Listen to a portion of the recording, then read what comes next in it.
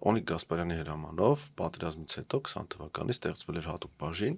որը պետք է հետաքններ բանակի խնդիրները,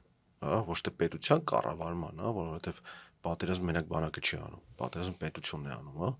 բանակի խնդիրները պետք է վերհաներ, բայց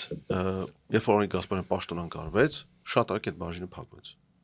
Ես համոզված եմ, որ լիքը վկայություններ կար այդ բաժնի կողմից հավաքված, նաև ասենք մասսայական զոհերի դեպքերը, այն ավտոբուսներով կամ մեծ բեռնատարներով պատերազմ չհասած սպանված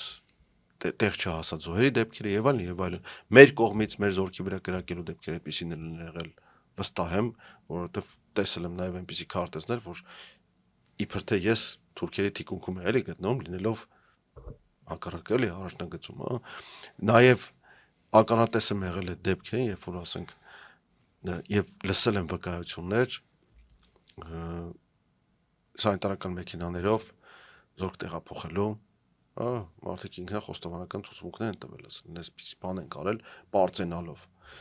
եւ դա պիտի հետաքննության առարկա դառնա իհարկե, արդյոք արել են դա